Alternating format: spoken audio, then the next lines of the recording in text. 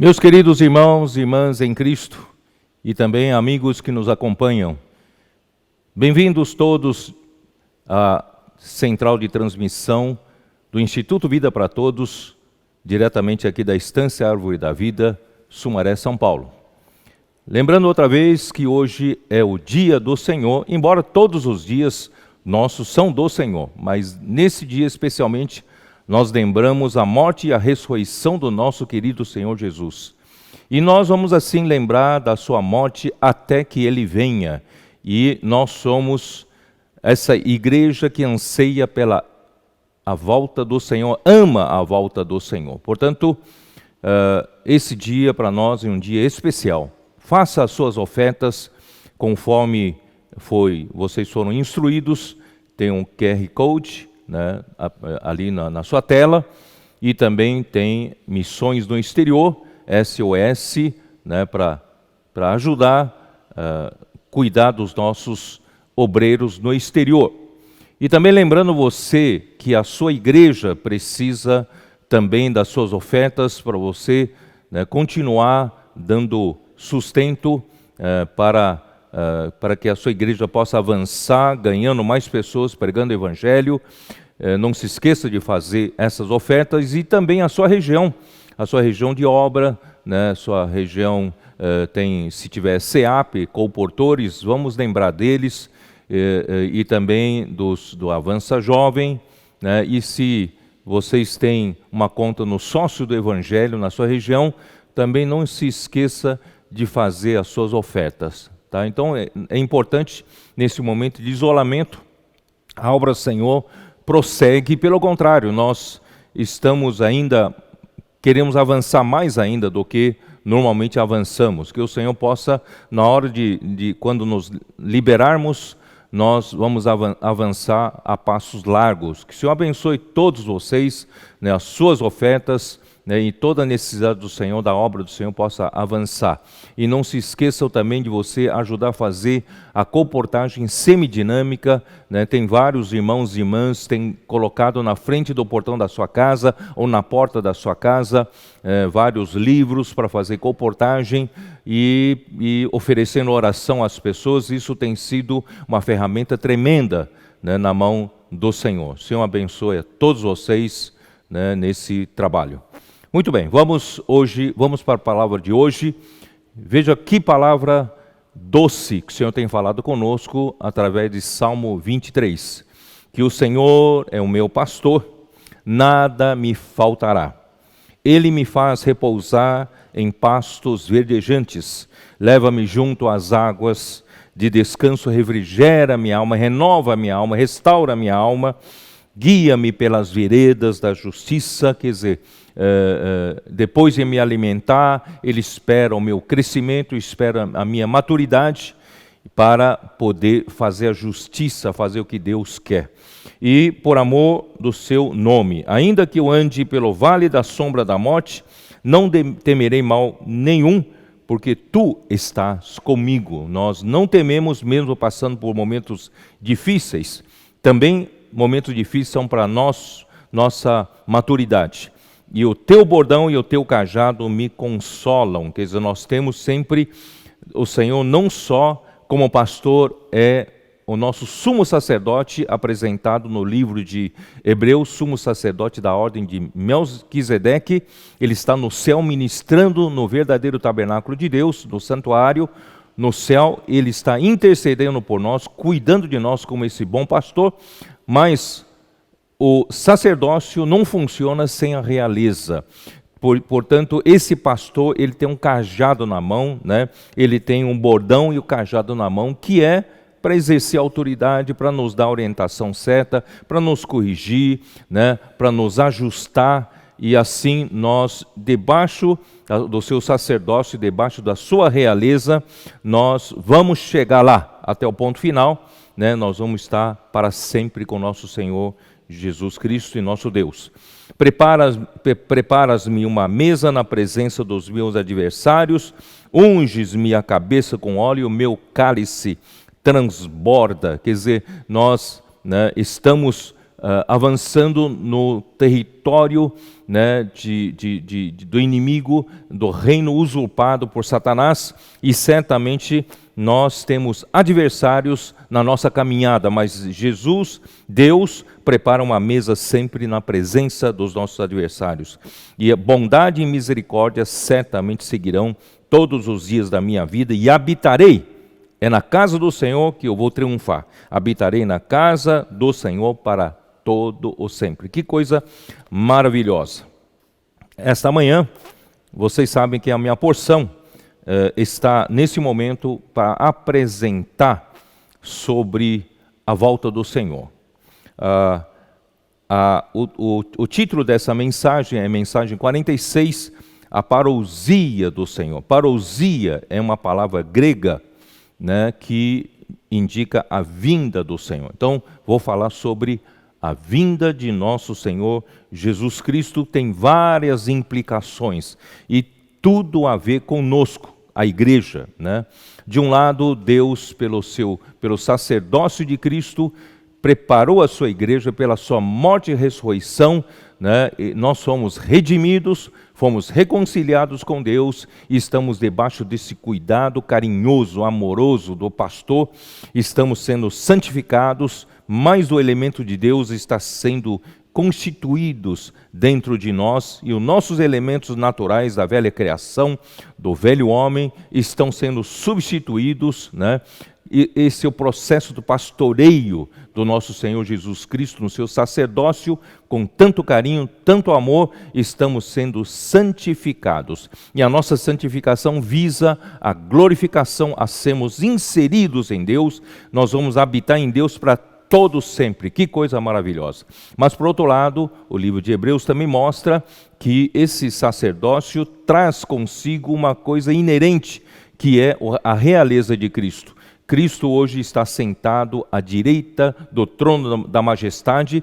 Ele está aguardando que Deus coloque os seus inimigos por estrado dos seus pés. Quer dizer, então ainda falta uma coisa a fazer, que é Deus derrotar os seus inimigos, principalmente aquele arcanjo que se rebelou contra Deus. Ele quer ser Deus, ele quer estar no lugar de Deus, e ele está fazendo todo um trabalho de se opor a Deus no mundo que ele governa, que ele domina, e nós vivemos nesse mundo.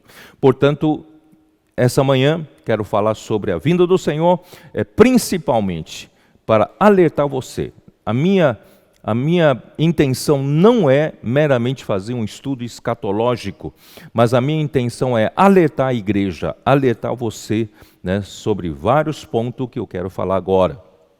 Muito bem, só para vocês entenderem o que eu quero dizer, em Mateus 24, quando o Senhor Jesus Cristo mostrou para os seus discípulos como será a sua vinda, ele no versículo 32, Mateus 24, 32, ele diz assim: aprendei, pois, a parábola da figueira, quando já os seus ramos se renovam e as folhas brotam, sabei que está próximo o verão. A figueira é a representação da nação de Israel.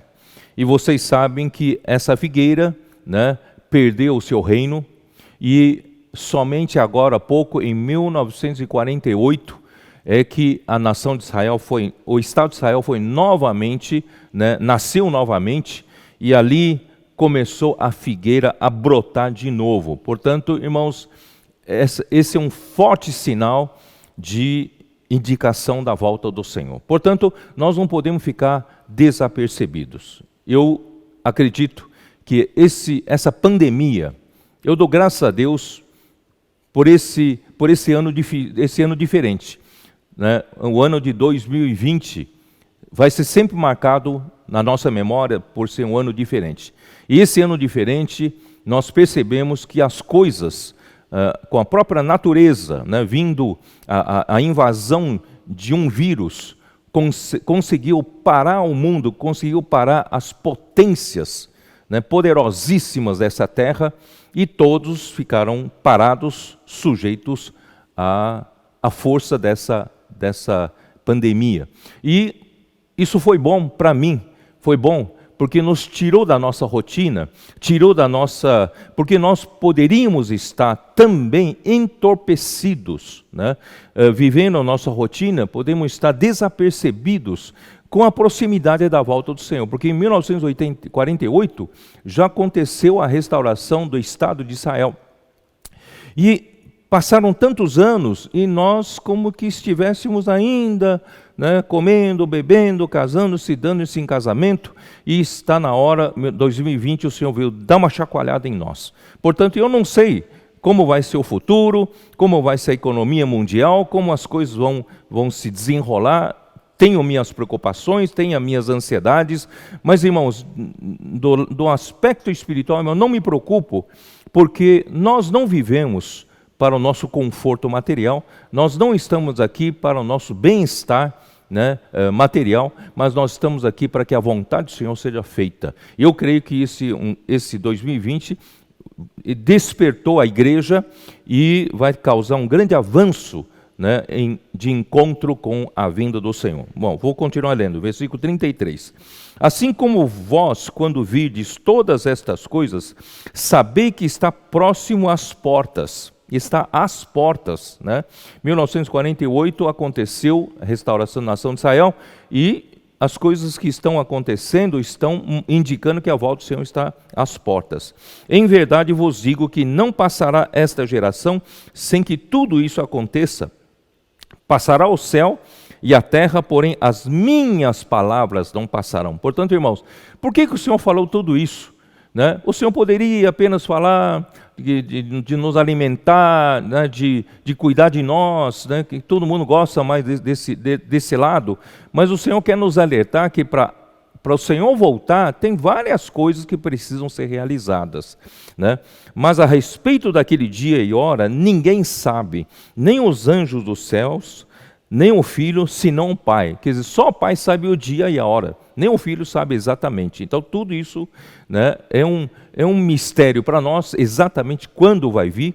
Eu tenho, numa das mensagens, falado, e se, né, fosse contar da morte do ungido que aconteceu, a morte de Cristo aconteceu aproximadamente no ano 30 do nosso calendário gregoriano, e se a era da igreja durar 2000 anos, que seria, né, seria 6.000 anos tendo passado, para que no 7.000 ano seja o descanso, o ano do descanso, né? Para Deus um dia é como 1000 anos. Então, se for valer 2000 anos de intervalo da igreja, então a volta do Senhor aconteceria por volta de 2030. Então nós estamos em 2020, tem só 10 anos. Portanto, mas irmãos, isso não falo por especulação, não quero especular, porque já ouvi algum irmão dizer, então eu não vou contribuir mais para a minha aposentadoria. Não é por aí não. Nós vamos fazer tudo para nos preparar para a volta do Senhor, mas tudo vai seguir normalmente, nós vamos continuar trabalhando com afinco, vamos continuar cuidando da nossa família, criando filhos, netos, né?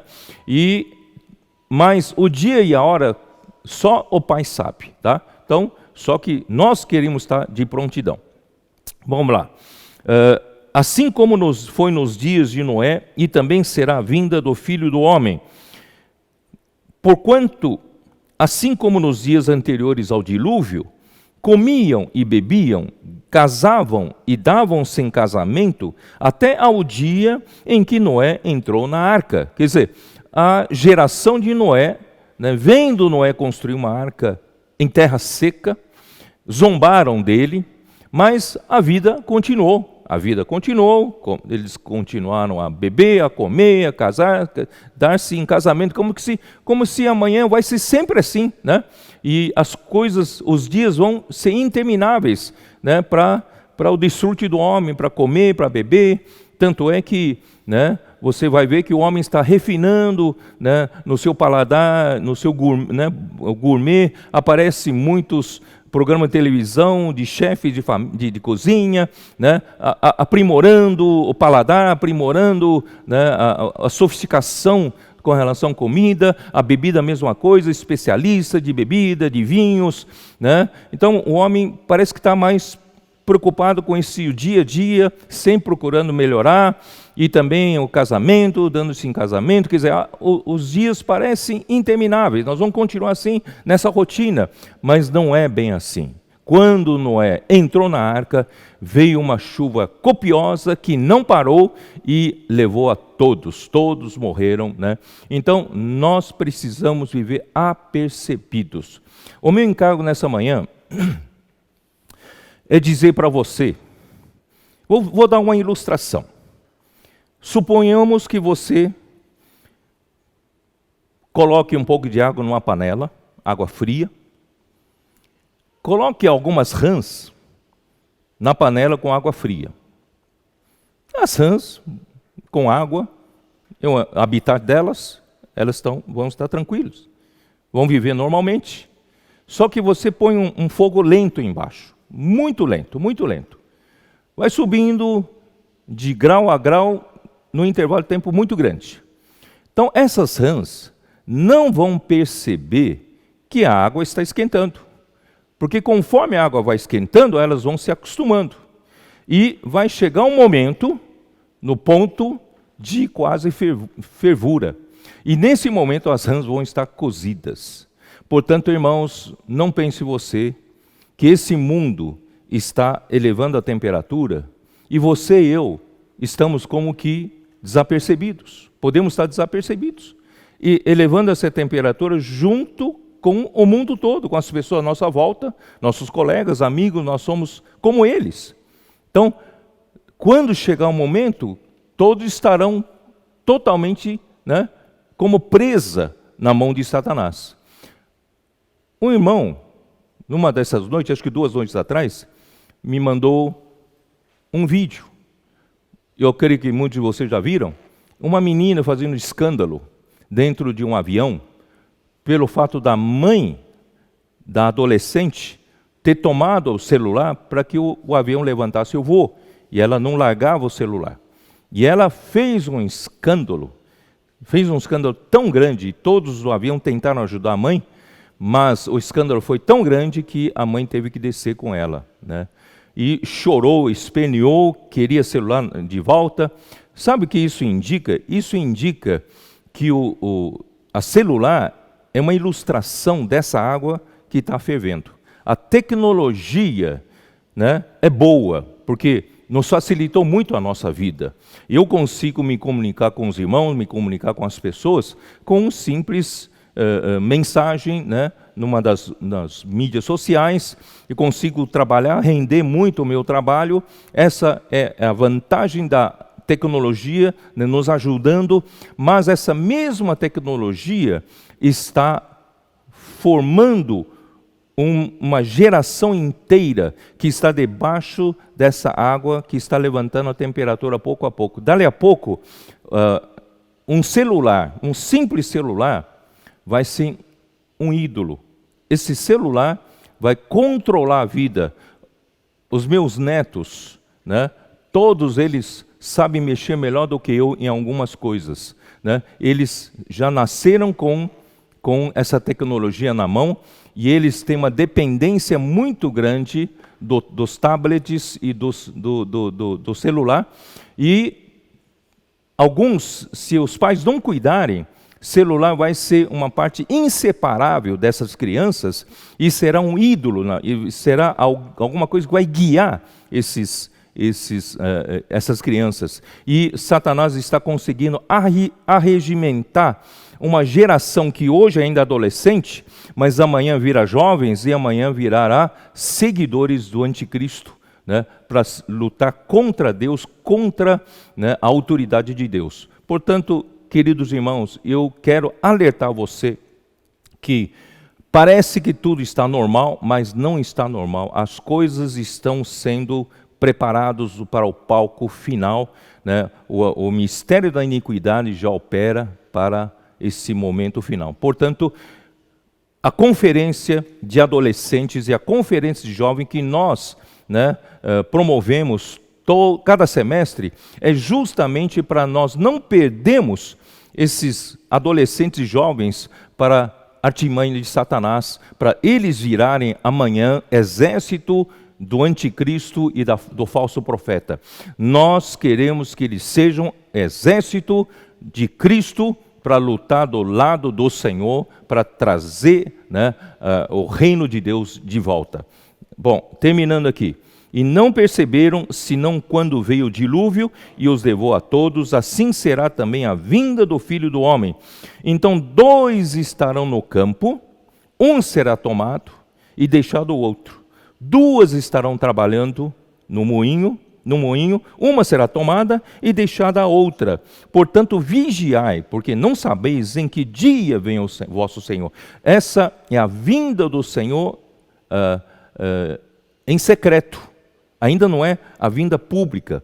Então, esse momento, na verdade, é o momento do arrebatamento, que coincide com o arrebatamento do filho varão. Portanto, eu quero encorajar você. Você e eu somos diferentes. Nós não devemos viver entorpecidos pelas drogas desse mundo. Nós precisamos saber muito bem usar a tecnologia, usar as coisas desse mundo, mas sem ser entorpecidos por ela. Mas considerar isto: se o pai de família soubesse a que hora viria o ladrão, vigiaria e não deixaria que fosse arrombada a sua casa. Por isso ficai também vós apercebidos, porque a hora em que não cuidais, o Filho do Homem virá. Vou ainda essa parte introdutória, quero ler também com vocês primeira carta de Paulo aos Tessalonicenses, capítulo 5.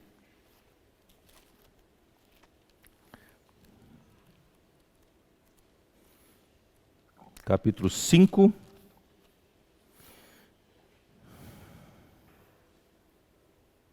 Versículo 4. Mas vós, irmãos, não estáis em trevas, para que esse dia, como ladrão, vos apanhe de surpresa. Como ladrão é a vinda secreta, é a vinda do arrebatamento. Portanto, você não sabe, de repente acontece, né, o arrebatamento. Porque nós não somos das trevas, nós somos do dia, não somos da noite. Assim, pois, não durmamos como os demais. Pelo contrário, vigiemos e sejamos sóbrios. Ora, os que dormem, dormem de noite, e os que se embriagam, é de noite que se embriagam. Nós, porém, que somos do dia, sejamos sóbrios, revestindo-nos da couraça da fé e do amor, tomando como capacete a esperança da salvação. Porque Deus não nos destinou para a ira, mas para alcançar a salvação mediante nosso Senhor Jesus Cristo, que morreu por nós para que quer vigiemos, quer durmamos, vivamos em união com Ele. Ontem à noite, irmão Ezra falou sobre viver no Espírito. Devemos viver em união com Ele. Esse é o segredo da vitória. Consolai-vos, pois, uns aos outros e edificai-vos reciprocamente, como também estáis fazendo. Agora vou voltar para Mateus 24, no início. Mateus 24, versículo 1. Tendo Jesus, já saindo do templo, ia se retirando, quando se aproximaram dele os seus discípulos para lhe mostrar as construções do templo. Os discípulos estavam fascinados, os discípulos estavam impressionados com a grandeza do templo, né? Com as construções do templo. E ele, porém, lhes disse, Jesus parecia não se importar muito com a grandeza do templo. Ele lhes disse, não vedes tudo isto? Em verdade vos digo que não ficará aqui pedra sobre pedra que não seja derribada. Aí no Monte das Oliveiras, achava-se Jesus assentado, quando seus discípulos aproximaram dele, né, em particular, e lhe pediram, dize-nos, quando sucederão estas coisas, e que sinal será da tua vinda e da consumação do século? Quando, né, Quando sucederão estas coisas? Quer dizer, quando esse templo maravilhoso, né, que foi construído agora, não vai sobrar pedra sobre pedra, certamente isso vai acontecer na sua vinda. E certamente isso será o final dos tempos. Portanto, os discípulos estavam preocupados com isso, porque Jesus não estava tão entusiasmado ao ver a beleza da construção. Então, antes de mais nada, eu quero dizer para vocês que a vinda do Senhor tem tudo a ver, né, com o sinal que o Senhor dá para o povo de Israel. E a história do povo de Israel tem muito a ver com a história do templo em Jerusalém. E a vinda do Senhor também tem muito a ver com a história de Israel, que vai dar continuidade depois, no final da era da igreja, conforme mostramos nas 70 semanas de Daniel. Na última semana de 7 anos, volta a história de Israel, e ali provavelmente Anticristo fará aliança com muitos, ali possibilitará a Israel novamente construir o templo que hoje não tem, né? Eles vão reconstruir o templo, e no meio dessa aliança dos 7 anos, Anticristo quebra a aliança, aí começa a grande tribulação. Então, a história de Israel tem tudo a ver com a história do templo, e essa história de Israel também de templo tem tudo a ver com o lado representativo, são lado representativo da realidade, do lado espiritual, do lado celestial que a igreja faz parte. Portanto, nós precisamos estar atentos também ao acontecimento, né, com o povo de Israel, com o templo. Esse templo que Jesus não está muito animado, né, em ver a sua beleza, eu queria só rapidamente mostrar para vocês a história do templo em Jerusalém, para vocês terem uma ideia, né, como tudo isso aconteceu e vai acontecer. Não tenho intenção aqui de fazer um estudo exaustivo, quem sabe mais tarde. Eu preparei, né, um diagrama para mostrar para vocês mais tarde. Mas agora é só para vocês terem uma ideia, né, como as coisas aconteceram. Por volta do ano 1000 antes de Cristo, antes do ano 0, ano Dominum, ano do Senhor, 1000 anos antes, ali foi construído o primeiro templo, né? Ali tem um detalhe lá em cima, que ali no quadro, faz um detalhe naquele quadro, né, em cima, lado esquerdo, superior. Ali, Davi, ele deu ordem para edificar o templo no ano 1015 antes de Cristo, no ano 2015. Davi, então, deu ordem para Salomão edificar o templo. E 3 anos depois, a fundação desse primeiro templo, né, que é conhecido como Templo de Salomão, foi lançada, a fundação em 1012 a.C., e o término da construção no ano 1005. Termina a construção do primeiro templo.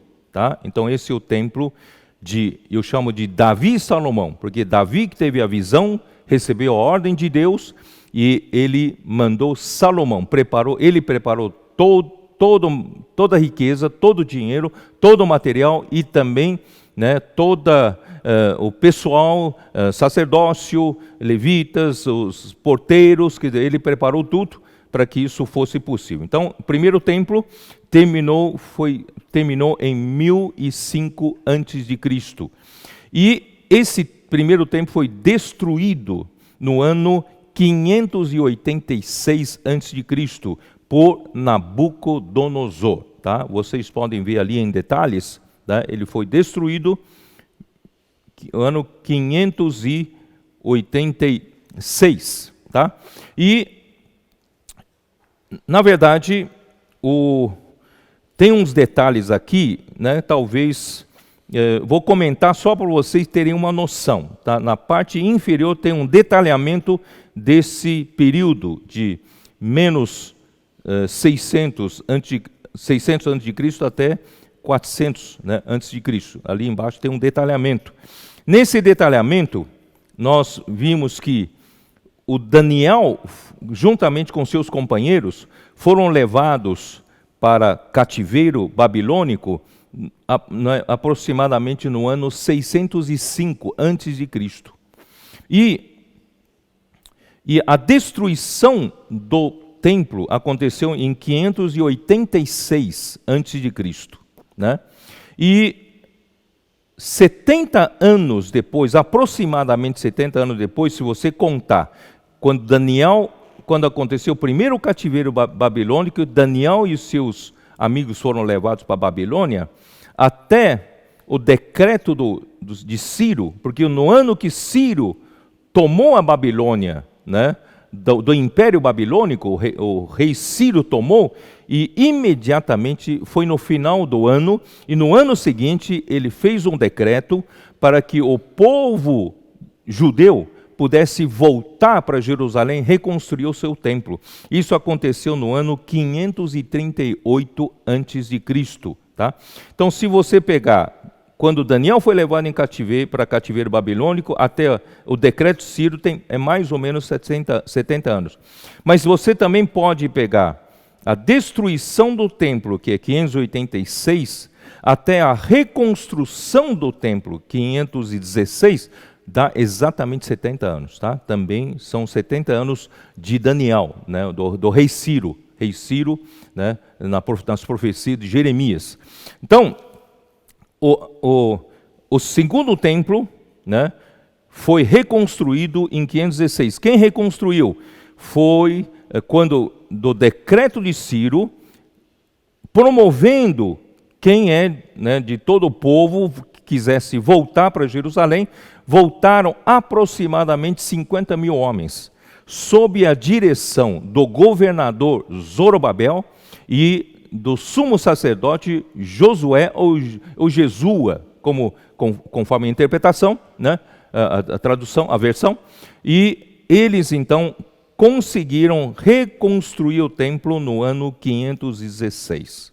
Só que a cidade de Jerusalém não tinha sido reconstruída, os muros estavam todos destruídos, então não basta apenas ter o templo reconstruído, mas precisa de proteção, né, para que o povo pudesse morar e cuidar daquela cidade. Então, a cidade ficou abandonada. Ficou abandonada e até que, a partir da reconstrução do templo, até que o Esdras foi liberado para voltar para Jerusalém, houve um intervalo de 58 anos, onde entra a história do livro de Ester. Você encaixa o livro de Ester nesse intervalo de 58 anos. Então, Jerusalém, embora tenha o templo reconstruído, ficou abandonada. E Esdras, então, volta, e o grande feito do Esdras é restaurar, né, o povo, restaurar o serviço sacerdotal, restaurar o livro da lei, restaurar o ânimo espiritual, né, do povo em Jerusalém. E 13 anos depois, Neemias recebeu autorização do rei Artaxerxes I, no 20º ano de Artaxerxes I, ele então volta para Jerusalém para reconstruir os muros de Jerusalém e reconstruir a cidade de Jerusalém. Isso é só para vocês entenderem, porque quem lê o livro de Esdras pensa que toda a história ali aconteceu no tempo de Esdras. Na verdade, Zorobabel é anterior a Esdras. O Esdras foi só no ano 458 a.C. e só passou um ano em Jerusalém, reanimando e restaurando o povo, e Neemias voltou em 445 a.C. para reconstruir o templo. Bom, isso aí é só um detalhe para vocês colocarem isso na cabeça. Muito bem, então depois da reconstrução do templo, segundo templo feito por Zorobabel, o que aconteceu? No meio disso, no ano 167, o Antíoco IV Epifânio, ele é um tipo de anticristo. Era um homem vil, mau, depois nós vamos ver que se tiver tempo, vamos ver um pouco sobre isso. E ele então domina o povo judeu. E ele então profana o templo, coloca a estátua do deus Zeus, que é o principal deus dos deuses gregos, né? Então ali ele profana, ele coloca, ele dedicou os últimos anos do reinado dele só para perseguir o povo judeu, né? Mas os macabeus tiveram vitória sobre ele, e os macabeus, eles restauraram o templo, fizeram do templo um forte, uma casa fortificada, para se defender da invasão do Pompeu. Só que no ano 63 a.C., Pompeu conseguiu destruir o segundo templo, né? O segundo templo também foi destruído. E no ano 19 a.C., Herodes então resolve restaurar o templo, reconstruir o templo. E o templo de Herodes é um templo muito maior. Ele tinha um espírito de construtor, de engenheiro, ele gostava de construir, mas ele não construiu em dedicação a Deus, ele construiu para ele agradar o povo judeu, porque ele era um rei gentil, idumeu, não era judeu. Ele queria fazer essa reconciliação e construir um templo bonito. E nesse templo bonito que os discípulos contemplaram. Veja, Senhor Jesus, olha só que construção grandiosa, construção bonita. Mas Jesus não estava interessado nesse templo. E esse templo, né, 40 anos depois que Jesus profetizou sobre a destruição do templo, aconteceu a destruição pelo príncipe Tito, né, do Império Romano, que destruiu Jerusalém e destruiu o templo. Não ficou pedra sobre pedra, com exceção de um muro que ele quis deixar para memorial da destruição do povo judeu. E esse muro está até hoje conhecido como Muro das Lamentações. Então, esse é o único muro que foi deixado como memorial. Muito bem, então foi totalmente destruído esse templo. Esse templo vai voltar a ser reconstruído na última semana da volta da história de Israel, como nós contamos para vocês. Muito bem.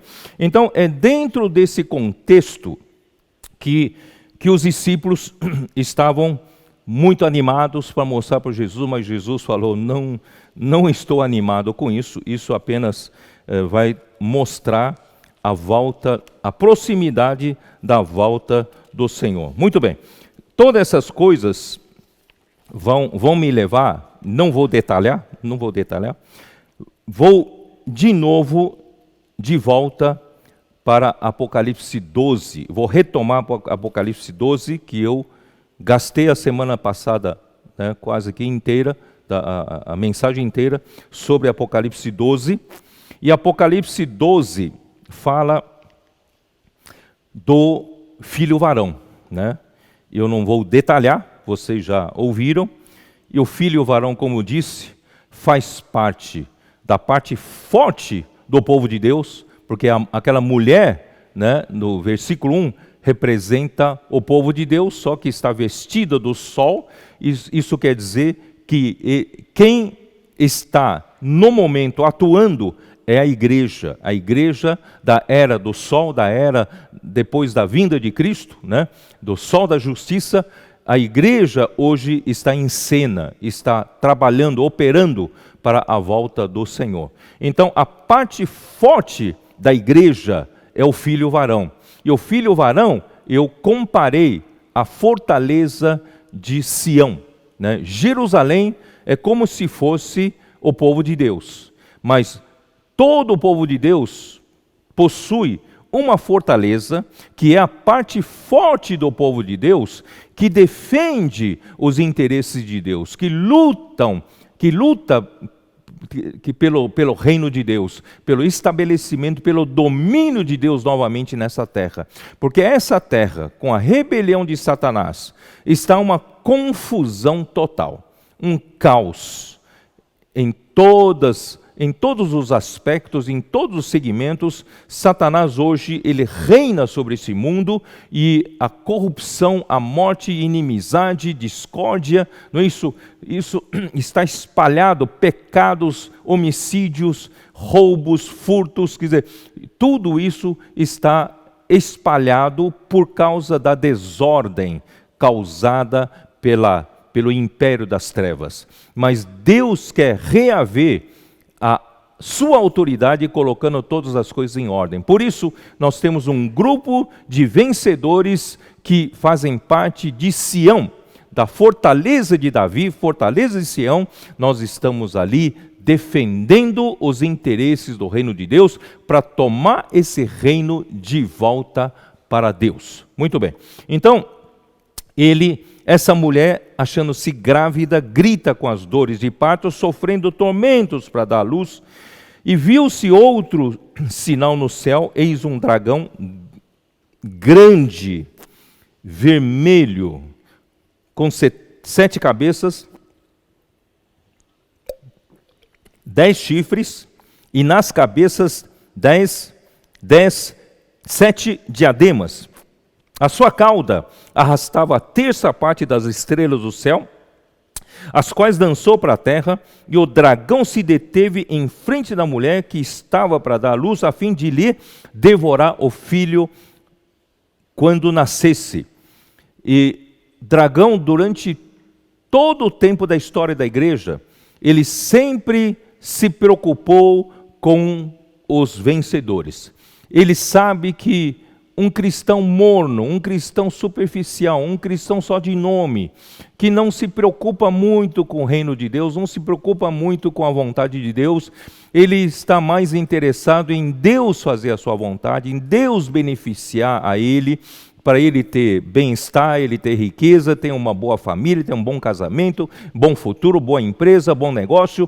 Quer dizer, o homem que se coloca ele como centro, e ele é um dito cristão, Satanás não se preocupa muito com ele, porque ele ainda está, né, envolvido com o mundo que ele domina, né? Satanás, ele é o príncipe desse mundo, então está ainda sob o seu domínio. Mas os vencedores não. Os vencedores, vou dizer uma coisa para vocês, os vencedores, eles não amam esse mundo. Os vencedores têm uma característica, né? O bem-estar material não atrai o seu coração, né? As riquezas não atraem o seu coração. O conforto não atrai o seu coração, né? E por quê? Porque o coração dele está em fazer a vontade do Pai, a vontade de Deus, em trazer o reino de Deus aqui de volta aqui na terra. Portanto, Satanás não tem domínio, não tem como seduzir o coração deles, porque a sedução é com as coisas materiais, são as coisas desse mundo. Graças ao Senhor que ele odeia esses vencedores, porque ele não tem como pegá-los, né? Então ele quer devorar quando nascer seu filho varão. Irmãos, durante toda a história da igreja, você pode ver nas 7 igrejas de Apocalipse, eu coloquei aqui esse versículo, mas eu não vou ler. Em cada igreja você vê que por mais degradação que uma igreja tenha entrado, mas há sempre vencedores, há sempre um grupo que representa o filho varão ali, que não se dobrou, né, as artimanhas de Satanás naquela geração, naquela era da igreja. Mas o Senhor sempre manteve uma linha de vencedores.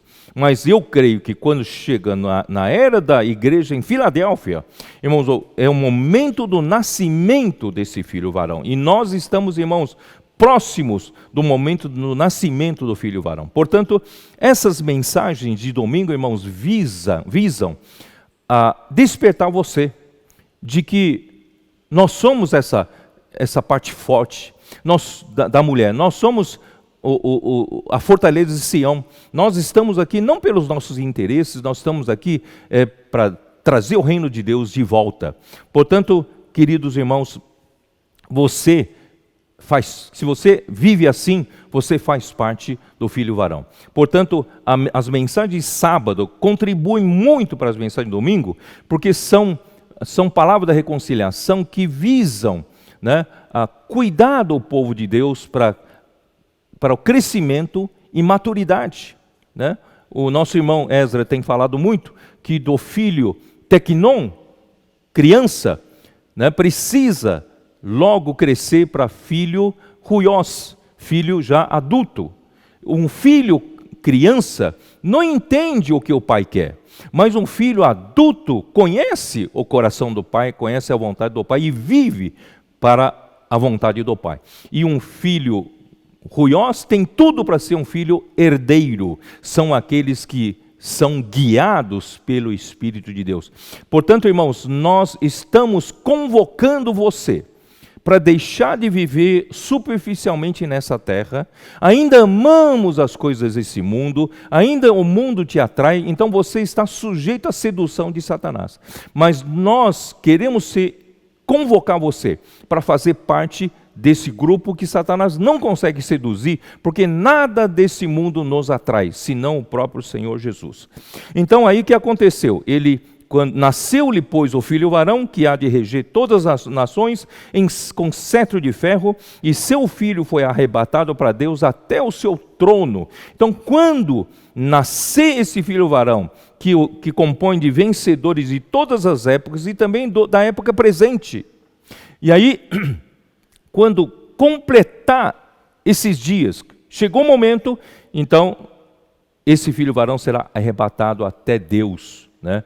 Para Deus até o seu trono, no terceiro céu. Olha só que maravilha. Esse é o primeiro arrebatamento dos vencedores antes da grande tribulação. Por quê? Porque no versículo seguinte fala, a mulher, porém, a mulher é o restante dos filhos de Deus na igreja, né? São os que não se preocuparam muito com o reino de Deus enquanto viveram desapercebidamente, então eles serão deixados para a grande tribulação. Então a mulher fugiu para o deserto, onde lhe havia Deus preparado lugar para que nele a sustentem durante 1260 dias. Então Deus vai preparar um lugar no deserto, como antigamente o povo de Israel saiu do Egito, foi guardado no deserto, né? Esse deserto, irmãos, nós entendemos, muito provavelmente seja aqui na América do Sul, que é um lugar meio esquecido pelo primeiro mundo, pelas potências, mas, irmãos, aqui Deus está fazendo um trabalho maravilhoso, espiritual. Deus está usando esse povo, né, brasileiro, povo sul-americano, irmãos, para produzir uma terra preparada para receber o restante, né, da igreja, para sustentá-los durante a grande tribulação. Muito bem.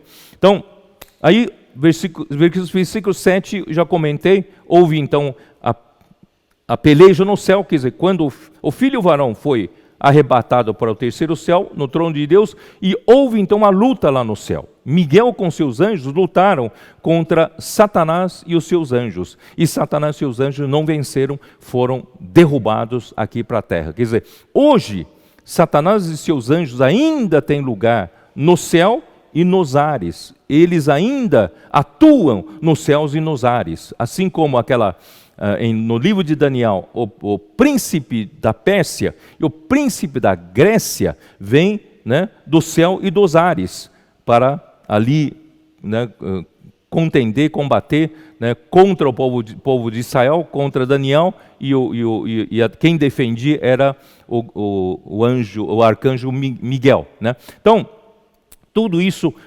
mostra que eles vão perder espaço no céu e nos ares. Eles vão ser lançados aqui na terra para atuar ferozmente durante 3 anos e meio. Eles vão aqui lutar com unhas e dentes, né, com toda fúria, porque aqui diz assim, e foi expulso o grande dragão e antiga serpente, que se chama Diabo, e sim, foi atirado para a terra com ele os seus anjos, né? Eu vou aqui ler no versículo 12, por isso festejai, ó céus, e vós os que neles habitais, ai da terra e do mar, pois o diabo desceu até vós, cheio de grande cólera, sabendo que pouco tempo lhe resta. Quer dizer, diabo vai vir com tudo aqui na terra, né? Ele ficou confinado aqui na terra, ele vai fazer o maior estrago possível durante 3 anos e meio, que é pouco tempo que lhe restava. Com isso, com essa descida para a terra de Satanás e seus anjos, versículo 10, então ouvi grande voz do céu proclamando, agora veio a salvação. Quer dizer, no céu e nos ares, ele já não domina mais. Agora veio a salvação, o poder, o reino do nosso Deus e a autoridade do seu Cristo, pois foi expulso o acusador de nossos irmãos, o mesmo que os acusa de dia e de noite, diante do nosso Deus. Eles, pois, o venceram por causa do sangue do Cordeiro, porque o diabo, ele é o acusador, acusa a cada um de nós diante de Deus de dia e de noite. Ele não cansa de acusar, ele é o acusador, mas nós o defendemos, defendemos a nossa consciência com o sangue do Cordeiro. Graças a Deus, o sangue tem poder. Portanto, não se enfraqueça por causa da sua consciência fraca. Se você confessar seus pecados, Deus é fiel e justo para perdoar os seus pecados e purificar de toda a sua injustiça. Isso está em 1 João capítulo 1, versículo 9. Portanto, o sangue do Cordeiro tem poder para nos manter de pé. E também por causa da palavra do testemunho que deram, quer dizer, nós continuamos a ficar de pé, alimentados pela palavra.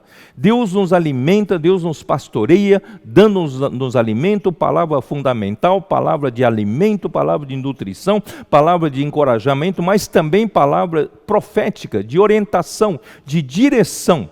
Então, graças a Deus, nós recebemos tanta palavra durante esses anos todos e nós não tornamos essa palavra meramente conhecimento mental, conhecimento na nossa cabeça, mas nós vivemos. Essa palavra, ela é vivida por nós. Essa palavra é praticada. Nós somos uma casa construída sobre um alicerce da rocha. Nós praticamos a palavra. Portanto, a palavra se torna o nosso testemunho. A palavra do testemunho nos faz vencer. E mesmo em face da morte, não amaram a própria vida. Irmãos, aí que está o segredo. Eles não amam a sua vida psique. Eles não se preocupam nas coisas materiais que dão conforto à sua vida física e vida psique. Não. Nada atrai mais eles do que fazer a vontade de Deus. Irmãos, esses são os vencedores. Muito bem. Bom, ó Senhor Jesus, o que eu quero mostrar para vocês é que esse filho varão, ele faz parte dos primeiros vencedores que serão arrebatados até o terceiro céu. No capítulo 14 de Apocalipse, João, ele escreve dá uma olhada no versículo 4, vou ler desde o versículo 1. Olhei, e eis o Cordeiro em pé sobre o monte Sião, e com ele 144.000, tendo na fronte escrito o seu nome e o nome de seu pai. Irmãos, esses 144.000 que estarão com o Cordeiro em pé sobre o monte Sião, são justamente esses que viveram sempre como a fortaleza de Sião aqui na terra, como a igreja. Então, só que esse Sião aqui já não é mais monte Sião na terra. Esse monte Sião de 14:1 é no céu. Então, esses 144.000 não estarão mais na terra, estarão no céu. Esses 144.000 representam os vencedores vivos na época da vinda do Senhor, da parousia, do início da parousia do Senhor. Eles serão arrebatados para o céu. Por quê? No versículo 4, são estes os que não se macularam com mulheres, porque são castos. É como diz em 2 Coríntios 11, a igreja é como uma virgem pura, desposada a Cristo. Eles não olham para mais ninguém, nenhum ídolo, nem outro Deus, nem outro benefício os atrai. Os olhos dessas pessoas, irmãos, só têm lugar para olhar para Cristo como o seu marido, o seu esposo. Portanto, irmãos, eles são castos, eles não se macularam com mulheres, né, eles são puros para com Deus. Vocês sabem que mesmo com relação à prostituição carnal, sempre tem ligação com a idolatria, porque a idolatria é a prostituição espiritual. E a prostituição espiritual, a idolatria, tem ligação com a avareza. Isto é, quando um homem quer algum benefício, né, extra, que outro homem não tem, ele quer ter um benefício extra-humano, ele apela para os deuses, apela para os ídolos, para ele alcançar sucesso no negócio, êxito no seu empreendimento, que o seu colega do lado não tem. Por quê? Porque aí ele se prostitui espiritualmente. Então, mas esses vencedores, 144 mil, nunca viveram assim. Eles tinham eles só tinham um só marido, um só esposo para quem eles olhavam. Eram virgens puras, são os que foram redimidos dentre os homens, primícias para Deus e para o Cordeiro. Eles são os primeiros frutos que amadureceram. Então essas palavras do Esdras no sábado visam amadurecer você. Você acha um caminho para você crescer e amadurecer seguindo esse pastor. Esse pastor conduz você na hora certa. Na verdade, ele quer preparar você para ser um fruto maduro. Quando, no final dos tempos, você se juntar à vontade de Deus, formar o exército de Deus, ele finalmente obterá um exército de vencedores, e ele vai ceifar você primeiro, porque você faz parte das primícias, os primeiros que amadureceram. Porque a messe geral, a plantação, a colheita geral acontecerá no versículo 14, diz assim: olhei e eis uma nuvem branca, e sentado sobre a nuvem um semelhante a filho de homens, tendo na cabeça uma coroa de ouro e na mão uma foice afiada. Outro anjo saiu do santuário, gritando em grande voz para aquele que se achava sentado sobre a nuvem: toma a tua foice e ceifa, pois chegou a hora de ceifar, visto que a seara da terra já amadureceu. Isso já é no final da grande tribulação. Aí já é a ceifa da colheita da messe. Mas as primícias, a colheita das primícias acontecerá antes da grande tribulação. Portanto, irmãos, as primícias e o filho varão farão parte do primeiro grupo dos vencedores que serão arrebatados no terceiro céu. Eu na verdade, preparei mais coisas. Nós vamos seguir que linha? Nós vamos seguir, mostrar para vocês depois tem um arrebatamento ainda dos vencedores tardios durante a grande tribulação, e também tem, né, o arrebatamento da maioria dos santos no final da grande tribulação e o tribunal de Cristo, e depois ainda haverá as bodas do Cordeiro, e ainda haverá na batalha de Armagedon e estabelecimento do reino de Cristo durante 1000 anos. Ainda temos todos esses assuntos para continuar, eu vou deixar para a semana que vem, mas o que eu quero fazer para terminar é o seguinte: tudo isso é porque o encargo de tudo isso é porque Deus me tocou muito em Salmo 110. Né? Eu vou voltar a enfatizar nesse ponto. Salmo 110, versículo 1, diz assim: disse o Senhor ao meu Senhor, quer dizer, o Pai, dizendo a Cristo: assenta-te à minha direita, até que eu ponha os teus inimigos debaixo dos teus pés. O Senhor enviará de Sião o cetro do seu poder, dizendo: domina sobre os teus inimigos. Quer dizer, ainda falta fazer uma coisa importante.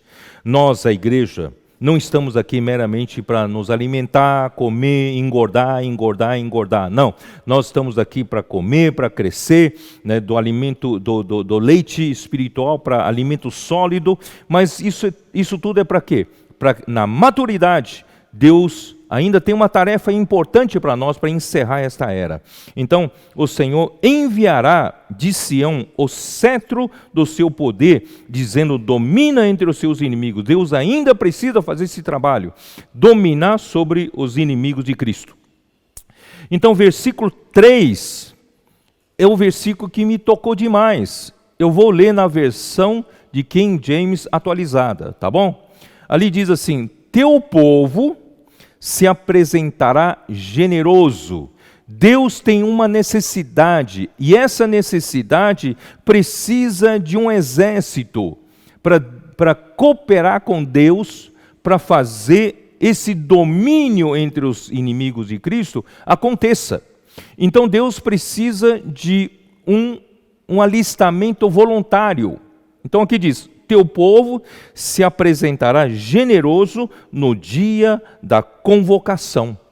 Hoje é o dia da convocação. Esses domingos temos gastado mensagem após mensagem. Na verdade, estamos fazendo a grande convocação.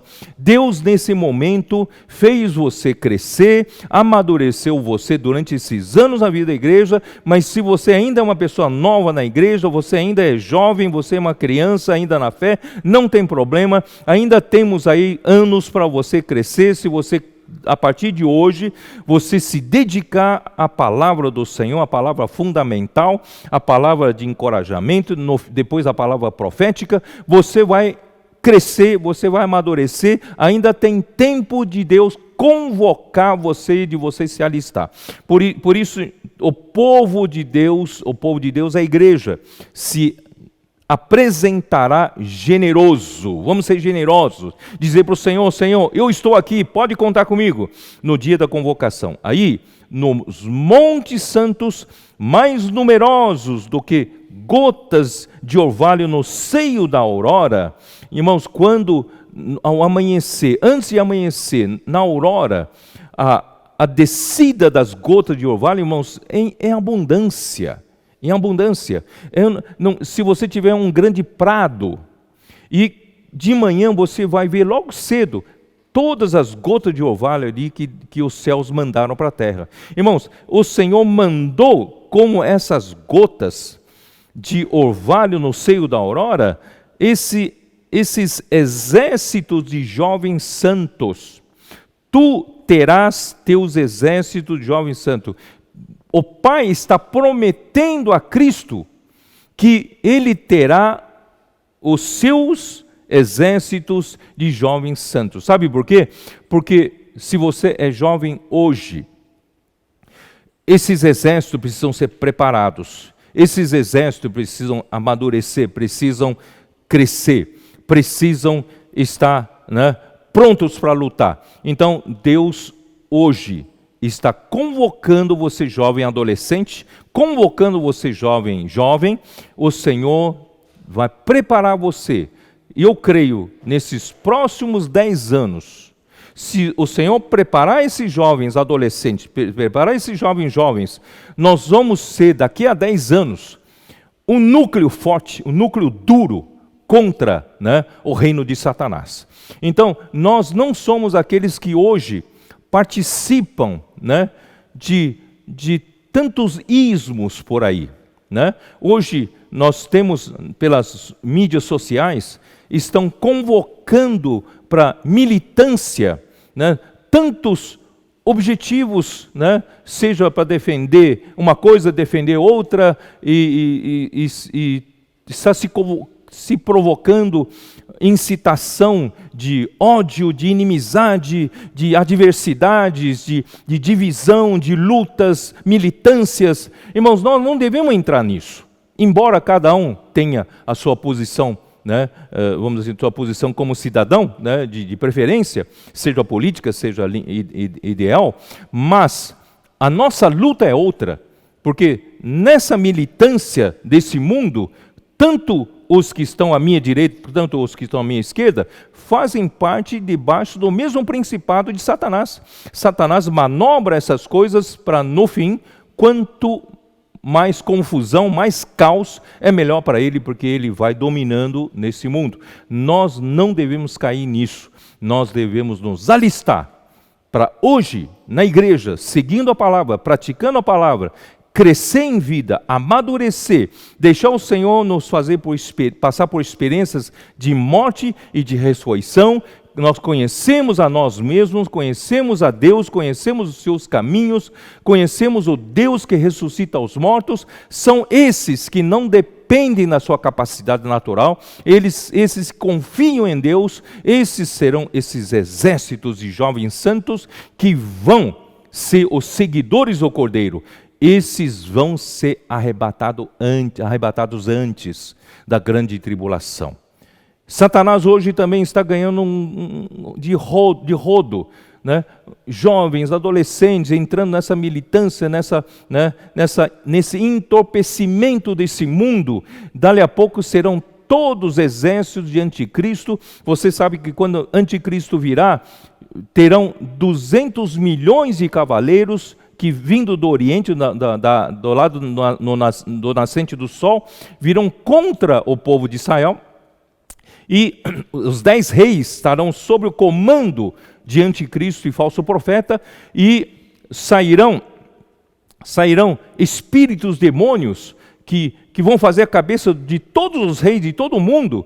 Todos irão ir contra, né, Deus e contra o povo de Deus. Portanto, irmãos, ele precisa de muitos seguidores, né, para hoje já começar desde então fazendo a lavagem cerebral.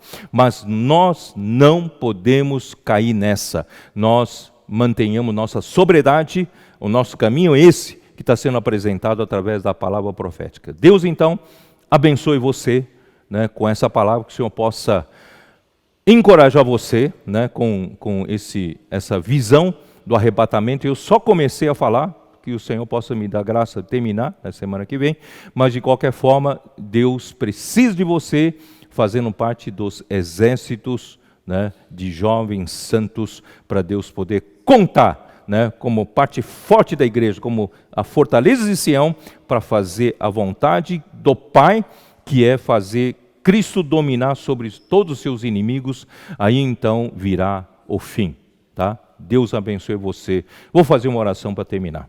Senhor Jesus, obrigado por essas palavras de alerta. Obrigado pela revelação da Tua palavra, que não nos deixe viver na nossa rotina desapercebidos. Senhor, muitas vezes nós somos também entorpecidos pelos acontecimentos desse mundo.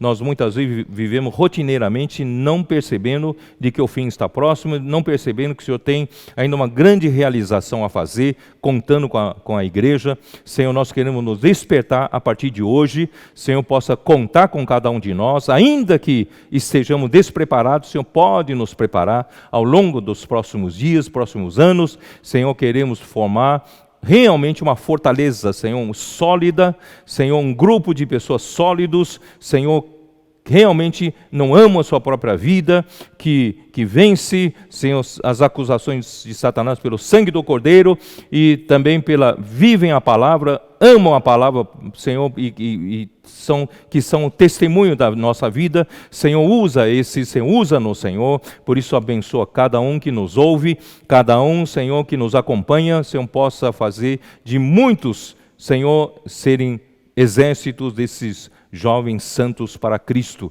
Cristo pode contar conosco. Deus abençoe a cada um nesse momento difícil. Senhor, esteja nos consolidando, esteja nos preparando. Lembra-te, Senhor, da necessidade de cada um. Senhor, possa suprir milagrosamente, Senhor, a cada um.